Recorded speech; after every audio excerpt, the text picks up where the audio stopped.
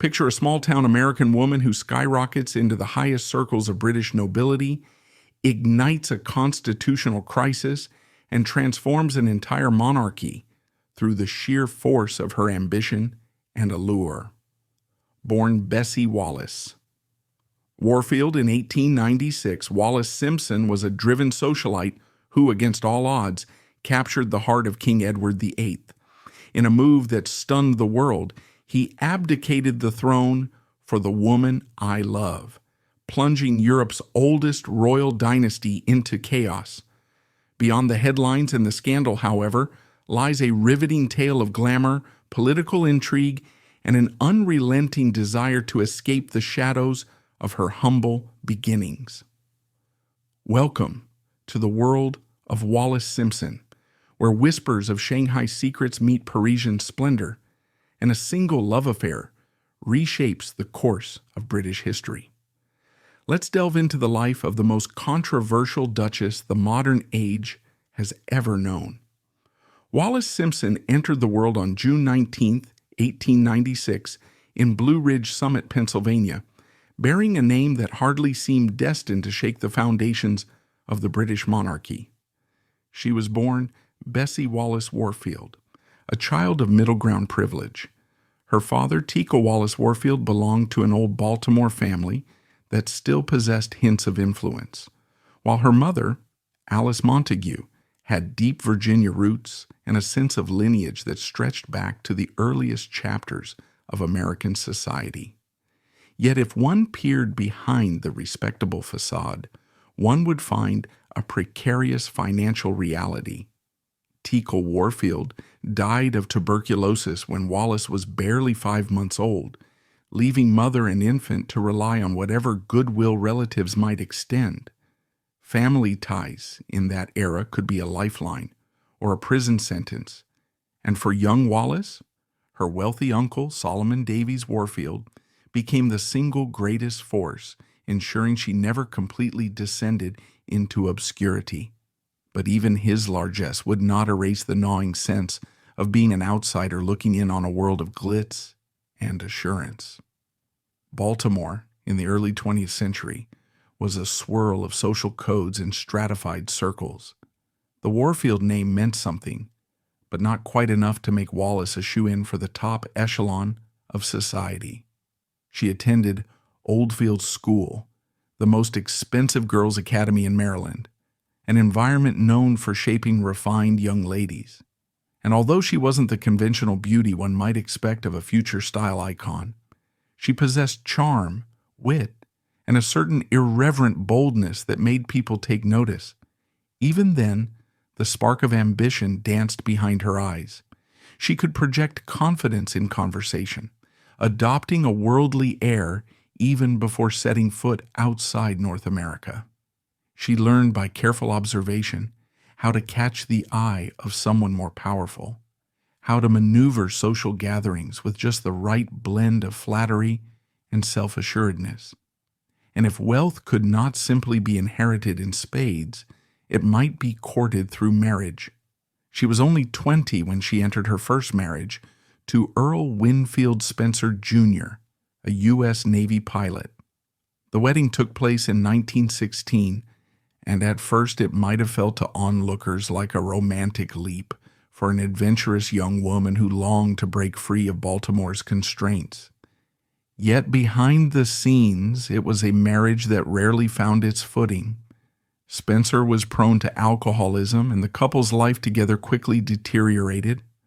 Wallis followed him to various postings, including one in China, a country whose very name would later cling to her in salacious rumors. This taste of international living, however, exposed her to a broader sense of the world. In China, she allegedly observed and perhaps participated in social circles that were considered risque by Western standards, fueling speculation that she gleaned exotic knowledge or refined certain skills that would later intrigue wealthy men. Friends whispered about possible dalliances in Shanghai's more hedonistic corners, and though truth remained elusive, the rumors piled up. By 1927, tired of Spencer's drinking, alleged abuse, and the marriage's endless storms, Wallis initiated a divorce. This alone was scandalous. Divorce in the 1920s carried a stigma, particularly for a woman, yet she seemed undeterred by society's judgment. She was, after all, determined to climb. Her second marriage to Ernest Simpson in 1928 offered a fresh start and a passport into the heart of London's elite. Ernest was a British-American shipping executive with just enough wealth and connections to open the city's more exclusive doors. Wallis found herself finally in the shimmering realm of aristocrats and opulent gatherings. She befriended Thelma Furness, a woman whose name might have remained a footnote in history had she not been the mistress of Edward, Prince of Wales. Through Thelma, Wallis was introduced to Edward in 1931, and as she honed her social persona, cut-glass accent, impeccably tailored outfits, sly humor, she soon became a fixture at gatherings that included the heir to the British throne. Maybe at the time, she thought only to enjoy the novelty of such connections. Maybe she even believed she could keep her second marriage stable, but fate or ambition or some unstoppable swirl of chemistry had other plans. By 1934, Wallis was thoroughly entangled with Edward, then Prince of Wales. Their affair became the worst-kept secret in those rarefied circles. He was utterly captivated by her sharp intelligence, her refusal to bow to him as others did, her sardonic wit that could slice through the pomposity of royal decorum. Far from a classic Hollywood-style seductress, she instead cast a spell by simply treating Edward like a mortal man with flaws. He was, by many accounts, bewitched.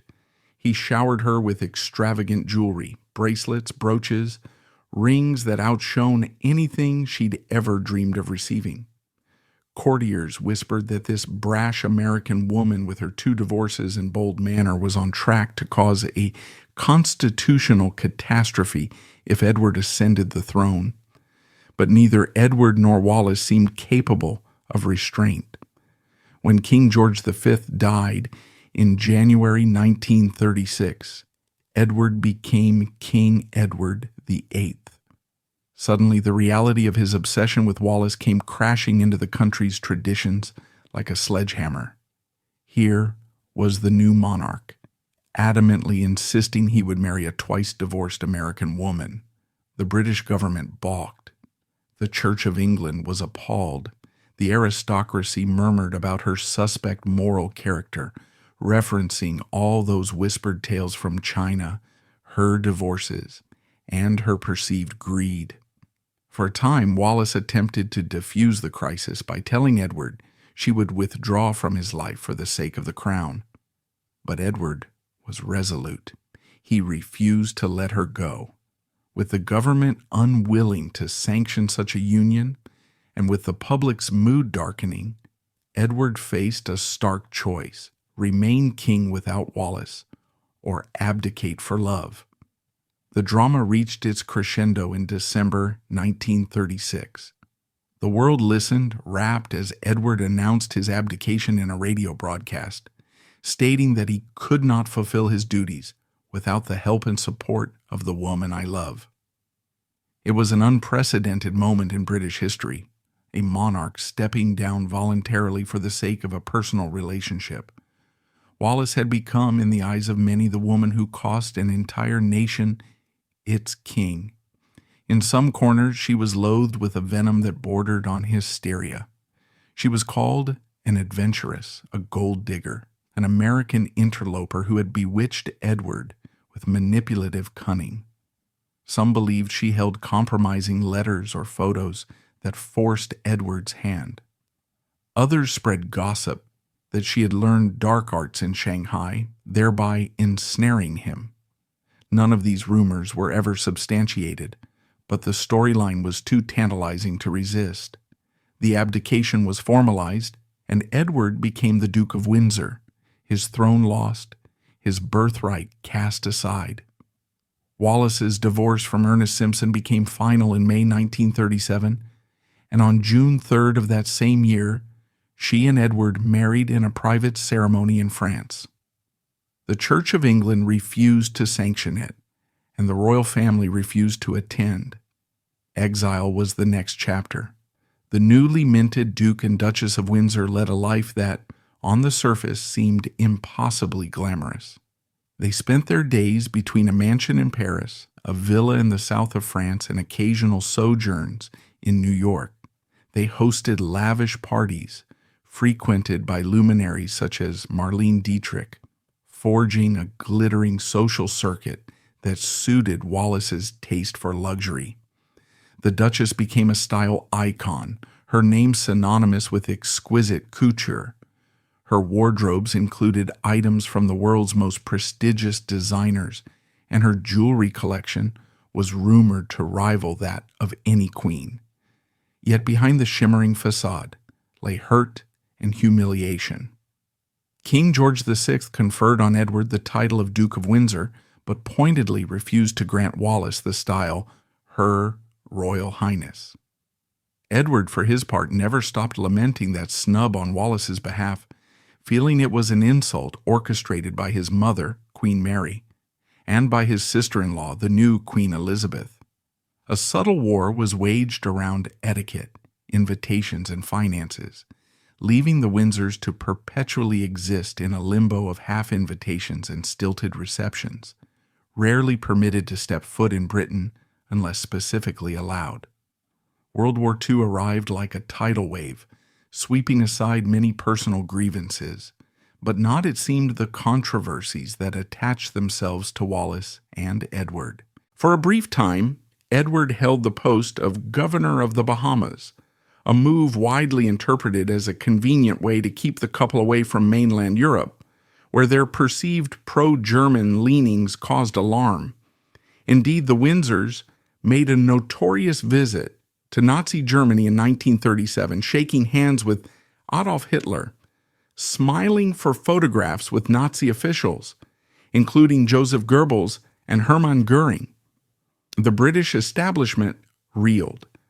While Edward may have sincerely believed in forging peace with Hitler, such acts were deemed naive at best, traitorous at worst.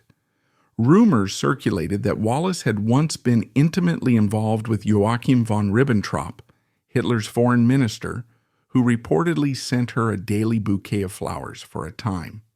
Declassified intelligence documents suggested the possibility that the Duchess of Windsor might have passed secrets along, though no conclusive evidence emerged. True or not, these rumors stained the couple's reputation, reinforcing the notion that the Windsors were dangerously out of step with the Allies. Britain's war efforts trudged on, and the royal family's distance from Edward and Wallis only grew. In the public eye, they were pariahs, sipping champagne on the Riviera, while London endured the Blitz. Even after the war's end, scandal continued to swirl around them like a persistent cloud of perfume. Wealth for the Windsors was a delicate subject. Edward received an allowance from his brother's government, but it was never as large or guaranteed as he wished. Wallis's finances were rumored to hinge on the clever negotiation skills she'd honed in her youth, parlaying connections for monetary advantages. Critics said she perpetually angled for more money, reinforcing the caricature of her as a gold digger. She lavished some of that wealth on remarkable jewelry, Cartier Panther bracelets, million-dollar emeralds, elaborate necklaces from Van Cleef and Arpels that dazzled party guests and again fueled accusations of impropriety, especially when Britain's economy was struggling under post-war austerity.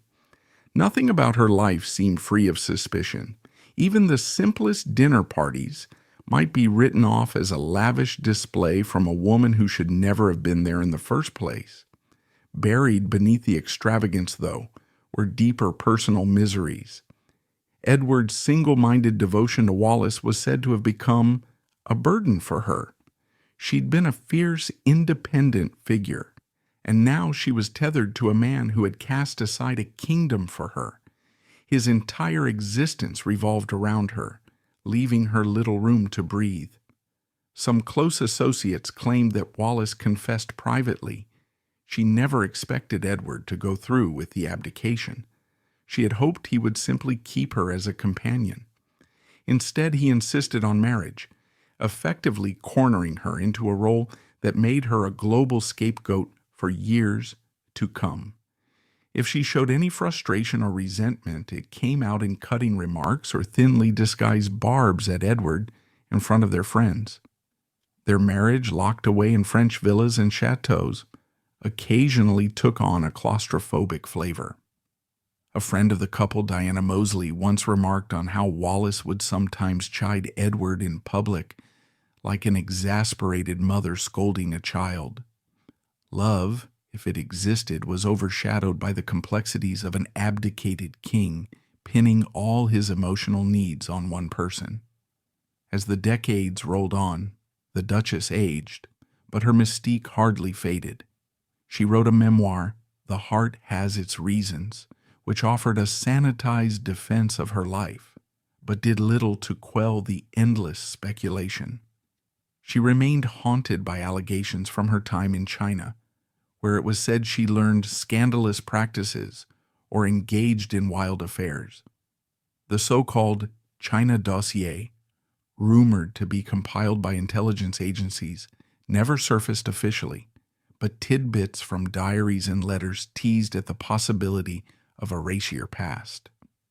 Tales circulated about Herman Rogers, an American friend who was so close to Wallis that Edward grew jealous, convinced they shared an intimacy beyond platonic bounds. In truth, the extent of Wallis's rumored affairs, Guy Trundle, Ribbentrop, or any number of others, remained impossible to prove, yet they fed the tabloids like raw meat to ravenous wolves. The swirl of gossip ensured that few took a neutral stance on the Duchess of Windsor. Either you believed she was a cunning manipulator who had stolen the heart of a dim-witted king, or you saw her as an unfairly maligned woman who simply fell in love. Edward's death in 1972 came as a heavy blow. He died of throat cancer in Paris, leaving Wallis alone in a foreign city where so many had once treated them as exotic amusements. Although she inherited some measure of financial security, the emotional toll was profound. She was left with neither children nor a meaningful connection to her old American family, who had never quite understood her transformation into a duchess. As the years passed, her health declined. She slipped into the fog of dementia, her mind retreating while the caretaker circuit around her grew more complicated. Allegations arose that her lawyer, Suzanne Blum, exploited her, selling off valuable jewelry at inflated commissions and isolating her from potential visitors. The once sharp-tongued Duchess became frail and incoherent, a ghost of the vibrant figure who had incited a constitutional crisis. By the time she died on April 24, 1986, at age 89, she was a lonely widow, living behind the closed doors of a Paris home that had long since lost its luster. Her funeral took place at St. George's Chapel, Windsor, with the British royal family in attendance, an ironic coda to a life spent mostly in exile. The Duchess, who had once been blamed for unraveling the monarchy, was laid to rest near the very institution she had been cast out from decades earlier. What remained of her possessions, particularly her jewelry, was sold off at auction, fetching staggering sums and confirming her status as a fashion icon. Designers still refer to Wallis's impeccable sense of style, from her subtle color palettes to her legendary Wallis blue, a shade rumored to complement her eyes. In culture and media, she lingers as a figure of extremes, an icon of liberation for some, a cautionary tale for others. Films like W.E., directed by Madonna, and numerous television series, including certain seasons of The Crown, revisit her story, with each retelling sparking anew the debate on her motivations and moral compass.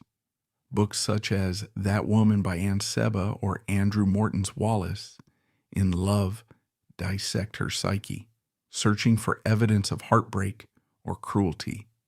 Conspiracy theories about whether she blackmailed Edward or possessed top-secret Nazi ties still swirl, though most historians regard such claims as overblown.